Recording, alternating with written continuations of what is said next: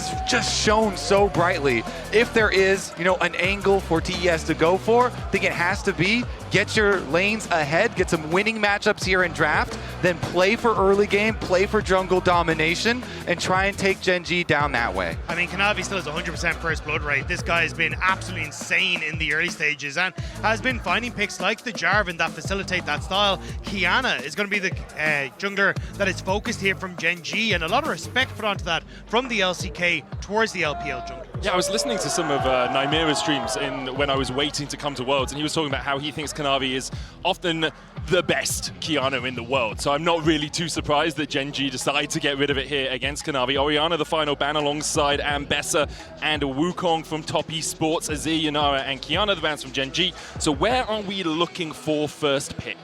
Well, we have a lot of Rise and Talia both open. A lot of possible picks here.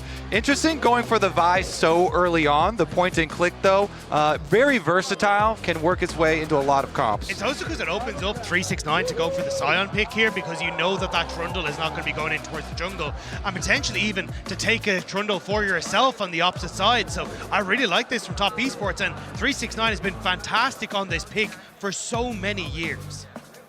Yeah, so often a person that you look to in that top lane to be a rock, to be a foundation, a keystone around which you can build your team. 369, more often than not rolling the 9s these days, although there are a few 3s that sneak in there from time to time. Sion, his lock.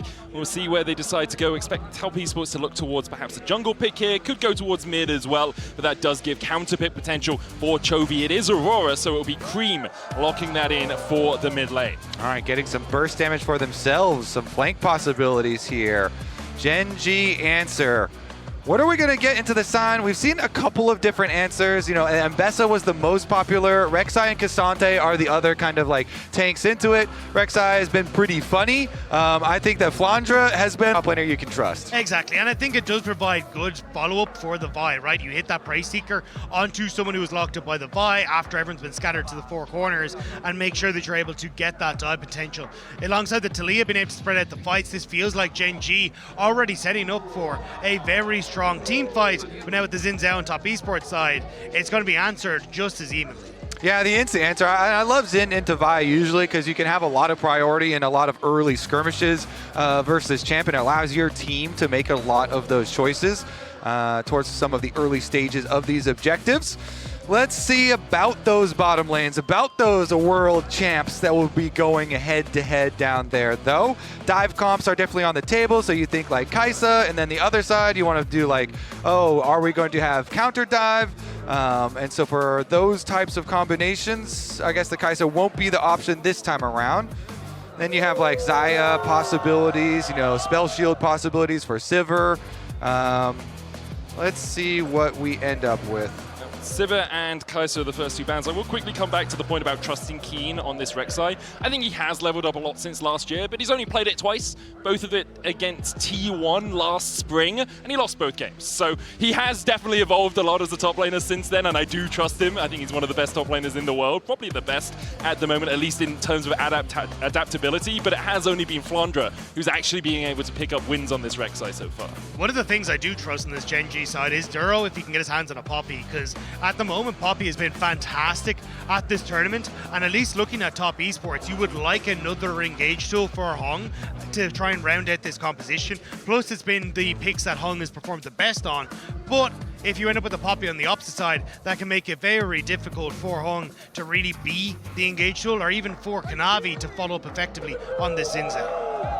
You do want Hong to have a little bit of comfort because we were talking about how he's been sick across the last few days, hasn't really been able to have the performances he'd like. His coaching staff is saying he's getting better now, we expect him to be able to really perform, but I think so far at this Worlds, Hong hasn't shone in the way you'd expect him to for this Top Esports lineup. And they ban away his possible counter engage with Renata there. When you're showing this type of dive, definitely a worthy ban. In the end, the Corki that has been very, reliably in the meta here with the extra dash does a lot pretty well universally, and a takeaway from Ruler on top of that. Where are you looking, Gen.G? AD carrying and support. Lucian, the current halberd for Ruler. He is very comfortable on this champion. Him, Pays, and Viper, really the big three that I look at and think of when you're talking about Lucian picks, and there's the Braum to go alongside it. Yeah, and I mean, even when we saw Ruler play this at Worlds, was getting these massive CS leads over his opposition just off of the laning alone. So very, very comfortable on it, especially alongside the Braum. Now it looks like Hung going to end up opting in towards the Nico, looking to put a little bit of pushback against this Lucian Braum early power. And set up, especially if you look at the last year and a half, MSI 2024 lost 3-0 to G2 and then immediately lost to T1. Then a first stand, they lose to HLE, they lose to Carmine Corp, they lose to CFO and groups and don't even make it out of the bloody thing. So for top esports, they really do want to do themselves justice in China and show what the LPL is capable of. You see the early swap coming out here from Jackie Love. Team WE that first did this year. At least it has been something we've seen throughout the course of League of Legends history, but it actually looks like Jackie Love is now going to path down towards the bot side, and I see Ruler moving up towards mid. I expect that he'll end up just going back down towards the bot, so we'll have the normal lane assignments. Looks like it, and we'll see if they can get any sort of early brush play here. Hung was so early that he got the ward into second brush on the lane really early on, so we'll see. There's definitely a lot of burst potential in Corki and Nico, and trying to get that advantage over the Braum lane from the level 1 could be big. They do have a sweeper here. Able to get rid of that vision. Having double range does really help, and you talked about it a little bit as we got through the draft, Rob. It's a JDG 2023 reunion in the JDG Stadium, a team that was on the Golden Road, and Knight helping carry the team through the MSI 23, but they weren't quite able to cross that finish line and make it to the World's Finals, got knocked out in the semi-finals. 369, Kanavi and Ruler now all meeting back up on the stage where they dominated the LPL 2 years ago. Yeah, I think it was incredibly heartbreaking for that JDG roster. Everyone expected them to be able to go the distance. A lot of that was down to incredible team fighting, with guys like 369 being able to provide frontline on picks like the Scion, and Ruler just being a menace in the team fights alongside Knight. But unfortunately, we're not able to do so, and now they find themselves on opposite sides of the rift with Kanavi there as well. It feels like for top esports to get one back against their former teammate would be huge. Yeah, I feel like those players all still have very close bonds. I love listening to interviews where they're talking about coming back to the JDG arena and the emotions that they feel because of it, and all the work that they had put in together. Now, of course, as you say, on opposite sides, and Ruler pushed under tower early on, as expected from the Corki and Nico lane down here, getting priority. But just really good harassment as well from the top esports bot lane, getting the barrier and the heal out of Gen.G early on. Duro on his Braum, 22-7 all time, but early game into a Nico and Corki, you do expect to have to absorb some of this pressure. The question is whether we'll see a punish with Kanavi on the bottom side of the map. I think he is just going to go for the scuttle cap and a little bit of vision. You can see Gen.G think there's a possibility, place a ward in the tri-bush to make sure that they're not susceptible to that gank. Yeah, just want to make sure that they're able to get some nice little poke damage back as well with Ruler, but Kanavi just wants to get the ward, get the crab, and look for a reset himself. So at the moment, it is going to be relatively quiet in these early stages, and honestly, I think if I'm junglers, I'm eyeing up more towards this mid lane to see exactly what we can achieve, because burnt flash and burnt summoner spells mean a huge amount in this matchup. Now here's the possible dive. Will materialize. Kanavi comes across, Ruler forced away. Can just be to deny some of these minions as well. Winter Spite onto Jackie Love. Duro the target. Kanavi going to be looking to try and get the damage down onto Duro. Hung with a great tower aggro juggle on the cannon. And Kanavi and Jackie Love able to pick up that first blood. Ruler forced away at half HP. Canyon here to try and defend, but it's a plate, it's a kill, it's everything top esports wanted. It's one of the best parts about Nico. Rob was talking about it in the previous game. Turn into a cannon, tank that thing up, and it makes dives so easy, even into champions like Braum that people usually think, oh, well, it's Braum, you know, unbreakable, this is going to be super dangerous, but not necessarily true if you can turn into a cannon, and Hong here is able to get the aggro.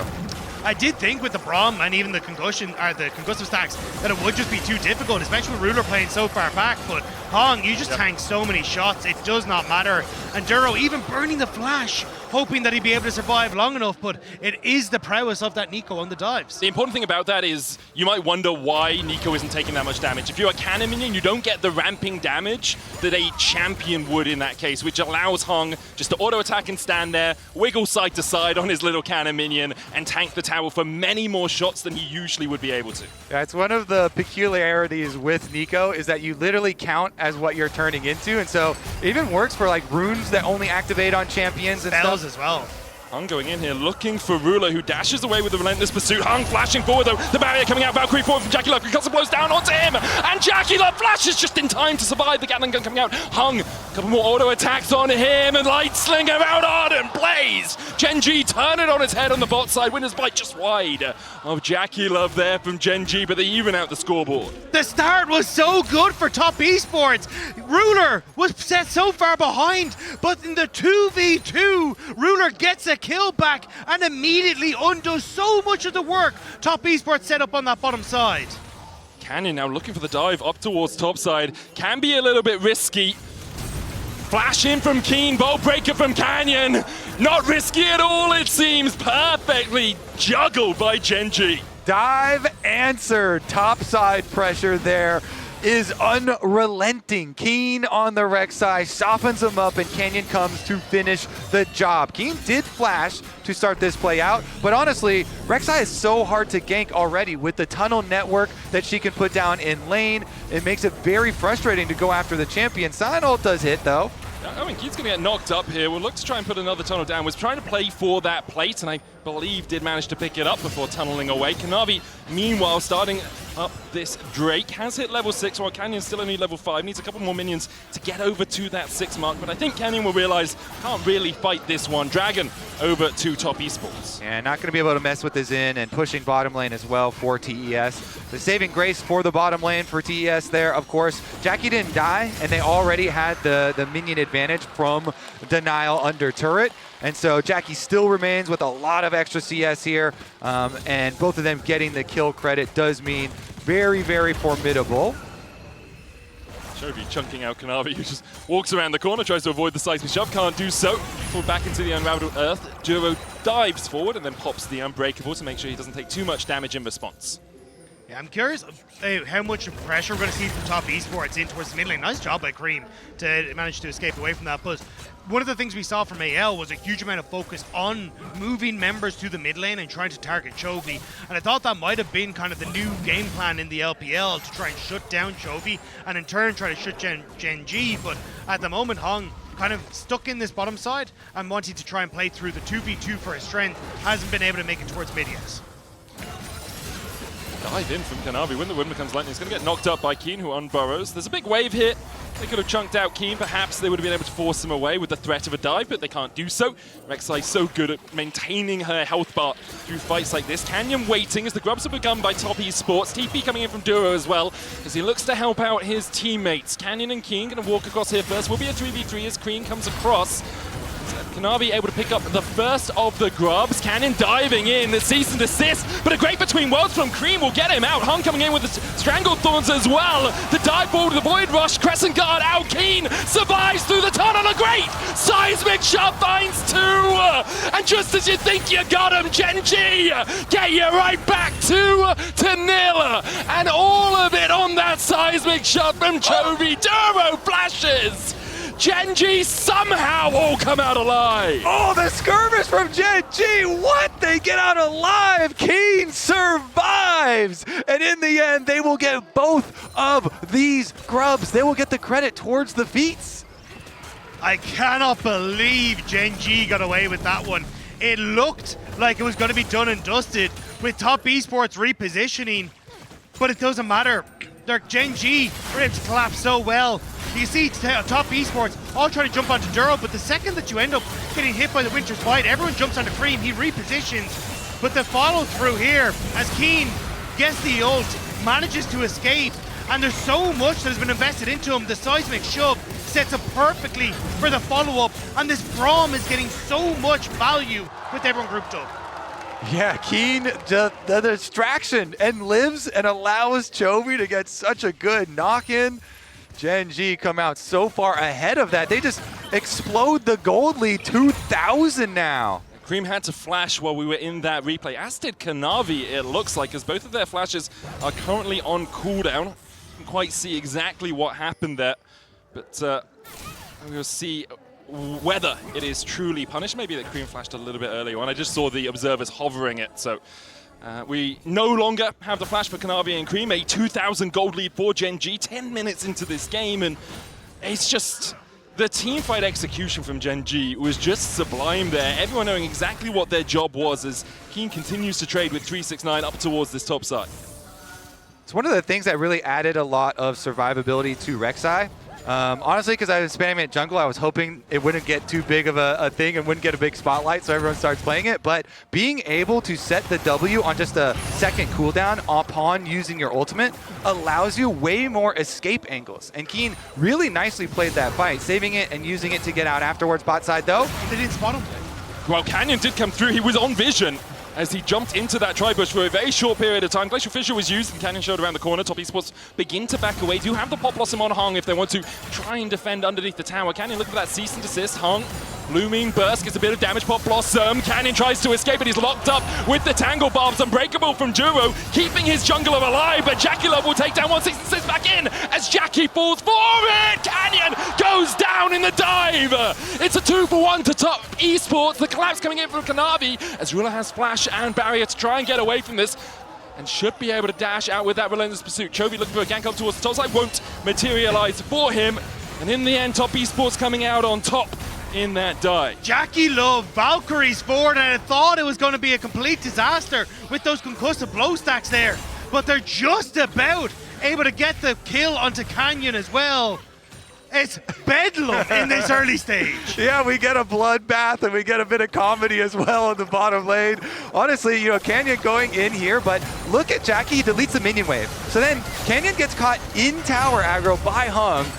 Really good heads up play by Jackie to delete the minion wave, and then Jackie's like, okay, we got a great lockup. And so he goes all in, ends up being 2-for-1 in favor of TES in a fight that was 3v1 in favor of Gen.G, and them being the ones to try and force it.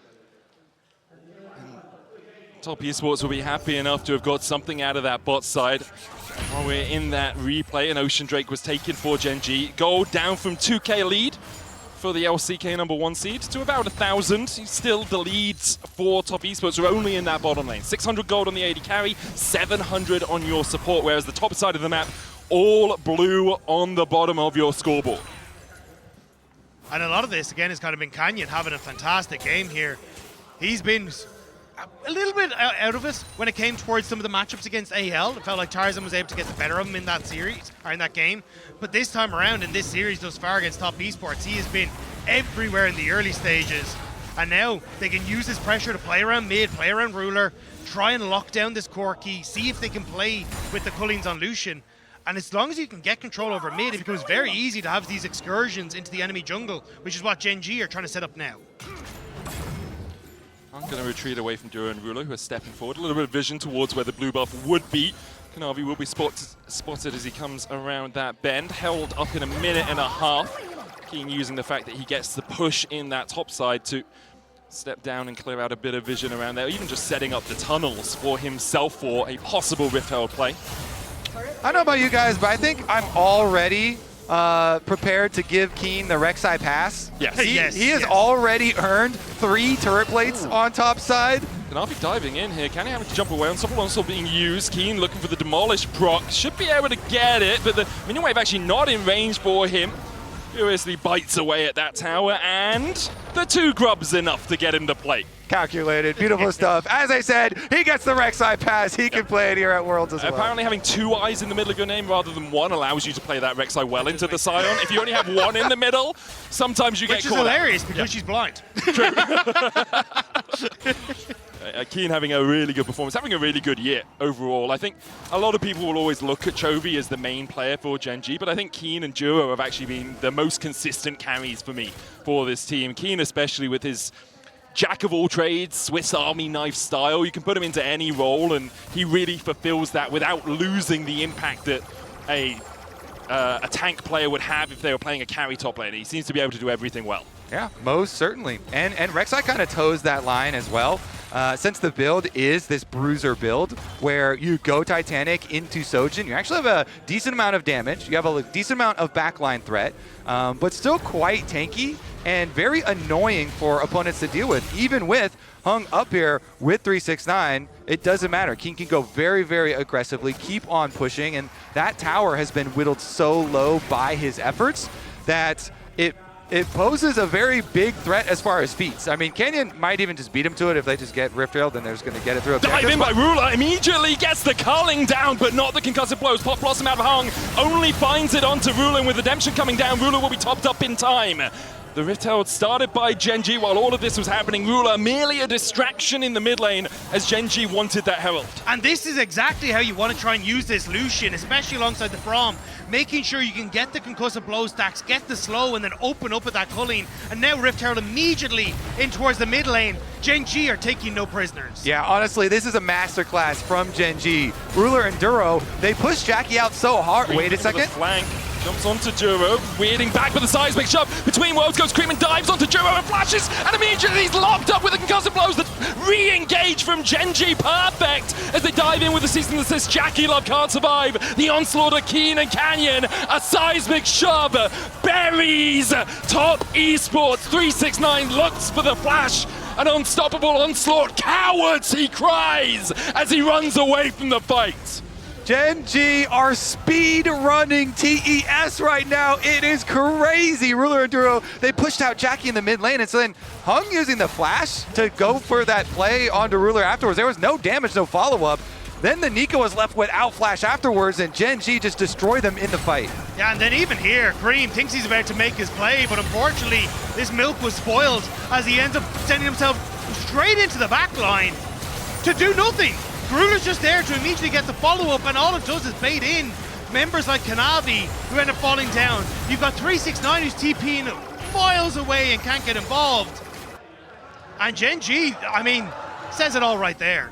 And it's a different fight if you still have the Pop Blossom. If you haven't had to use that to make sure Ruler doesn't kill off your AD carry, perhaps Top Esports can turn it. But now, 17 minutes in, Gen.G are 5k ahead. This is a demolition from the LCK #1 seeds. Top Esports left reeling, left trying to find a way back into this game, but the windows are rapidly closing on them as Hong goes forward. Pop Blossom onto 3, and perhaps that's it. Hong with a beautiful Pop Blossom. Ruler trying to get away as Hong chases him down, but Ruler escapes with the culling. Cream forced down towards the bottom side of the fight. Kanavi diving in. Wind becomes lightning, but Ruler dodges to the side of it. The redemption not enough. In the end, Kanavi will find his man.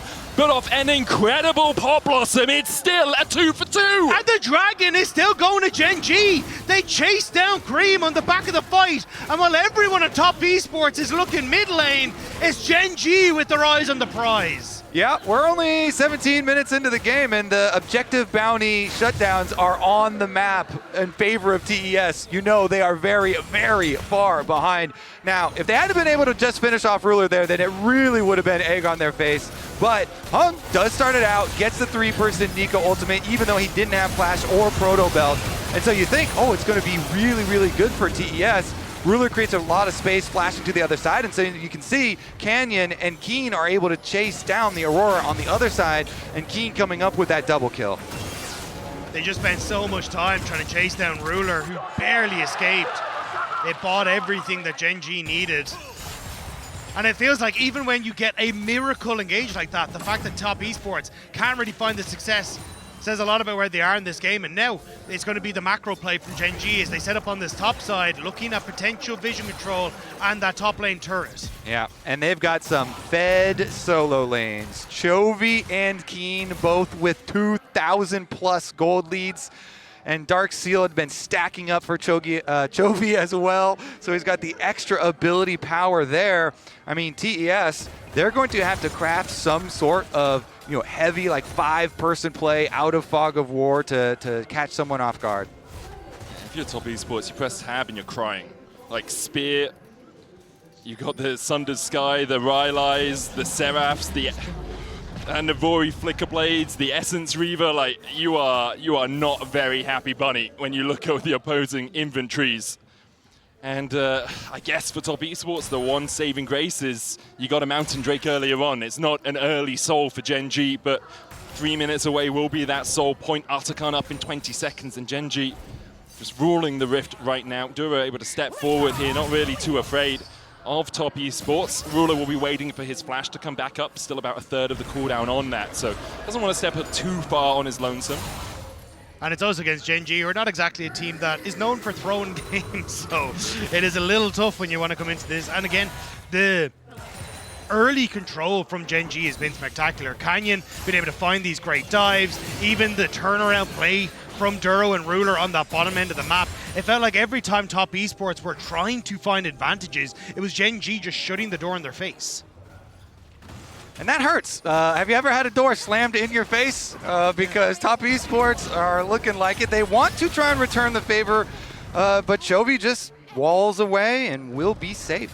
Just weave that wall away to safety. Duro caught out a little bit with the Blooming Burst, but you can see the Nico clone just being used for extra vision here by top esports. Gen.G advancing in 2 lanes at the same time. Top and bot, their current targets. Keen stealing away jungle camps whenever he can, just to make Kanavi ever so slight bit weaker. Try and get rid of all the standing gold that top esports could find for themselves. Duro TP's back in. You can see Gen.G's current investment is vision towards this top side. They're going to use Ruler to push out mid, and then he can move up and join up with the rest of the team, which makes sense because there's an Artican here. It's the only neutral objective up for the next 2 minutes of the game. Is all of top esports back, and won't be an immediate start. Oh, it will, in fact, from Gen.G as Ruler makes his way up through the river.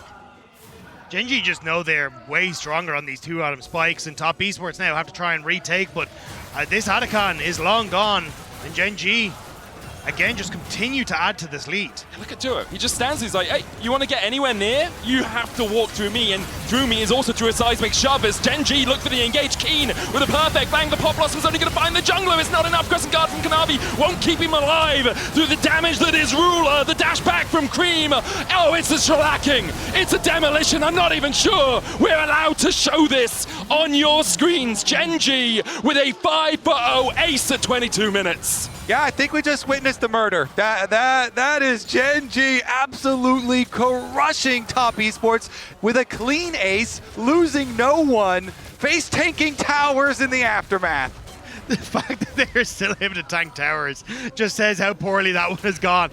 Gen.G, like, they split up these fights so incredibly well. Jackie Love caught on the bottom side of this wall, and then on the top they're putting pressure into Cream as well, and a huge amount of that is thanks to this dive duo of Keen and Canyon.